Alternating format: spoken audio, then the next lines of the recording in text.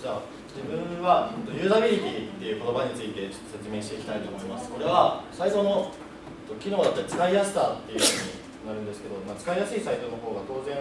ユーザーとしては使いやすいわけで、この僕たちの方からしてもやっぱたくさんの人に見てほしいし、何遍も見てくれればやっぱりそれはその人にとっても有益になるし、その広告、さっき言ったように広告を見てくれる機会にもつながるので、やっぱり繰り返し見てほしいっていうのと、繰り返し見てほしいってユーザーからしたら繰り返し見てほしいんだったらちゃんとしたものを作れよっていう感じで、なんていうの見やすい広告を、広告じゃないサイトを作ってほしいから結局その使いやすさ、ユーザビリティの向上が必要になってきます。で例えばよくない例としては、こういう小さすぎるアイコンとかで例えば自分の必要な情報に行けない、このアイコンに気づかなかったらそれは使いやすさとしてはよろしくないわけで、こういう感じで小さい情報にたどり着けないというところになります。で次にこういうところで広告だったりなんだらだったりっていうところで、左の方はこれを押したらオンになるのか今オンになっているのかがわからないから押したらどうなるかっていうので迷っちゃう、で使いにくい面倒くさいってなってもう設定自体が面倒くさくなってそのサイトを見なくなるけど、ちゃんと右のようにしたら今自分がどういう状態にいるかっていうのが分かるから操作しやすくなるっていうところで、そのサイトに対するなんていうの警戒感じゃないけどなんていうのかな、よろしくない部分が消えていくというところになります。でよく使うものを表示しておくことはユーザビリティの向上にとってもいいことで、例えば俺はめちゃくちゃ LINE 使うんですけど、こっちの方はそのトップページからすぐここに行けるから飛びやすいんですけど、こっちの画面で一瞬分かんないです。ここにあるんですね LINE が。で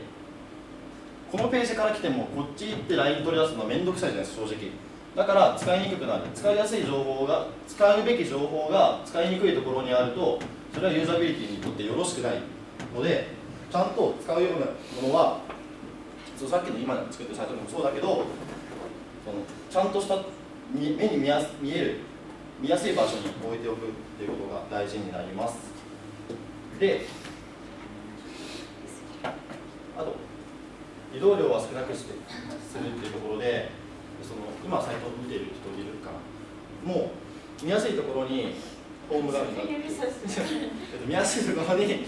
画面のちゃんとこの辺分かる、この辺にあればすぐ見えるし慣れてくるじゃないですか。こういう感じで、こういう画像のような感じでその見えるかなようなところにあればすぐ取り出せるから、ユーザーにとって使いやすいさっていうところにつながります。であとごちゃごちゃしてるようなやつはあんまり載せちゃダメで、これだと右のような写真だとこれ全部ネットで撮ってきたんですけど何が起こってるかわからない、狭いところにごちゃごちゃ置いてあると面倒くさいじゃないですか。例えば部屋でも散らかってる本棚ってもう見たくないじゃないですか。けど整頓されてるクローゼットとかだったら服とかも取り出しやすいし、今日はどれにしようかなとか、そんな感じと一緒で、こうなってしまうとでパソコンとかだとこれで例えば葬式ごっこ、産業の葬式ごっこっていうのが気になって押そうとしてもその下のよくわからん人名にクリックしちゃったりする。これはやっぱり良くなくて、その人がたどり着きたい情報に対しての障害になってしまうので、こういうふうには載せるべきではない、ちゃんと整理させて載せた方がいいですよというところになります。けどその他にもいっぱい要素がたくさんあるんですけど、例えばそのヘッダーみたいなところを大きすぎないようにしたりとかっていうのもあるんですけど、やっぱり見てる方としてもインパクトが欲しいので、そこの両立は不可能なんですね。だからユーザビリティっていうのは全ての要素を詰め込むっていうことではなくて、どの要素が自分のサイトにとって大事なのかなとか、その自分のターゲットに対してこの要素を使うべきだとか、この要素は使っちゃダメだっていうのをちゃんと自分たちで考えて、取り入れていくことが大切っていうところを調べました。で、この次に亀山さんが調べてきてくれたことがあるので、それをちょっと代弁したいと思います。で最初に、亀山さんは視線の流れからを説明するんですけど、まずこの写真を視線誘導にそこの写真を見てもらって、次にもう一個画像を見せます。でスマートニュースの画面なんですけど、最初に目がいったところって、この怖いおばさんの人と、ああいう水着の女の人の写真のところに目がいったと思うんですけど、これは別にあんた変態だよとか言ってるわけじゃなくて、ちゃんとこの人間の視線っていうのは左上の方に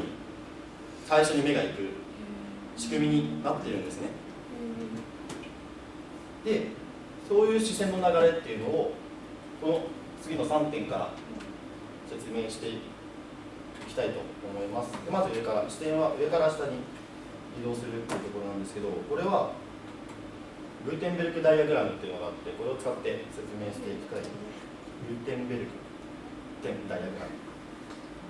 で、このように視線はさっきも言ったように左上に集まっていって右下の方に向かって進んでいきます。で、左下が弱い空間領域で上が強い空間領域だから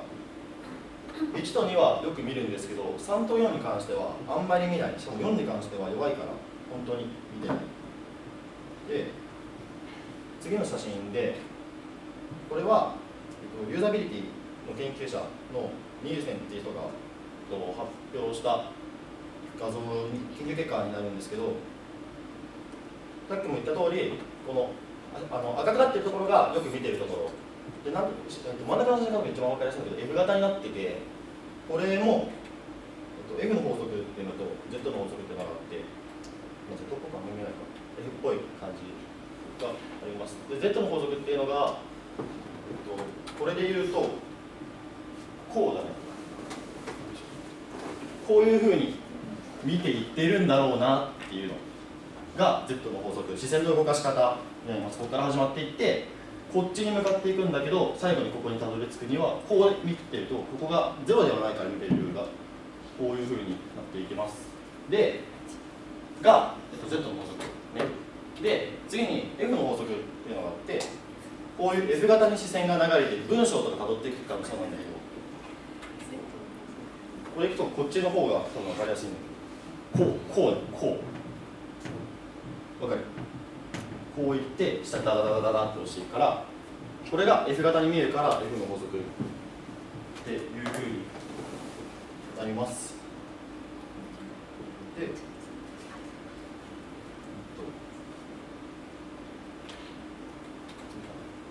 視線は大きいものから小さいものに移動するっていうことなんですけど、私さっきも一番最初に見せたやつなんですけど、大きいものに対してやっぱり目は行きやすいんですね。だから最初に和田アキ子の写真と何カップだっていうニュースとバンバンっていうのが目に入りやすいから、そこから見ていく。でだんだん小さい方に何があるのかなっていうふうに目線が移っていきます。で最後に3点目、視線は接近するものへ移動するっていうところなんですけど、例えば次のこの写真で右は一発で分かると思うんですけど、左の方はカフェラテがいくらなのかなみたいな、これ値段にしたから多分分かりづらいと思うんだけど、分かりづらいっていうか多分説明しづらいんだけど、こっちだったらこれが示してるものがこっちだなって一発で分かるんだけど、こっちだとこの赤いのがないと、もしかしたらこの値段はこっちでかかってるのかなっていうのと、これ等価格になってると分かりづらい。1個のまとまりとして見れてないから、近寄ってる、物理的にね近寄ってないと分かりづらくなるっていうところで、そう今言ってくれたけど、下駄箱の名前がとか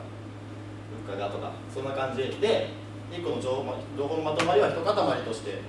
表示していくっていうのが大切になるので、こういうことを、こういう視線の動かし方とかユーザビリティっていうのを、まだサイトが完成してはいないので、今後活かせていけたらなと思います。で今期のまとめですが、サイトを作る上でやっぱりこういうその視線の動かし方とかユーザビリティとか広告とかウェブデザインとかいろんなことを学べたので、サイトを作成する以上に得るものがあったと僕は思っています。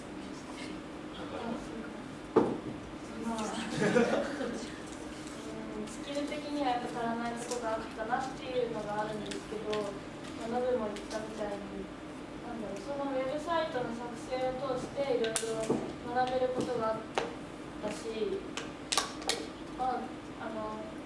見せれる程度にはものが完成したので、私はまあ、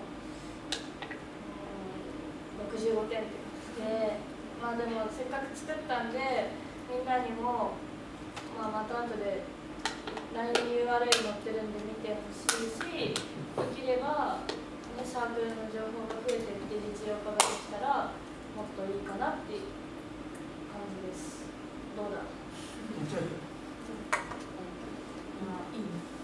初めやろうとしてたプログラミングがやっぱりその数ヶ月でマスターできるようなものでもなかったので、結局ツールに頼ることになっちゃったんですけど、でもその構想として考えてたものが、まあ、形だけでもできたので、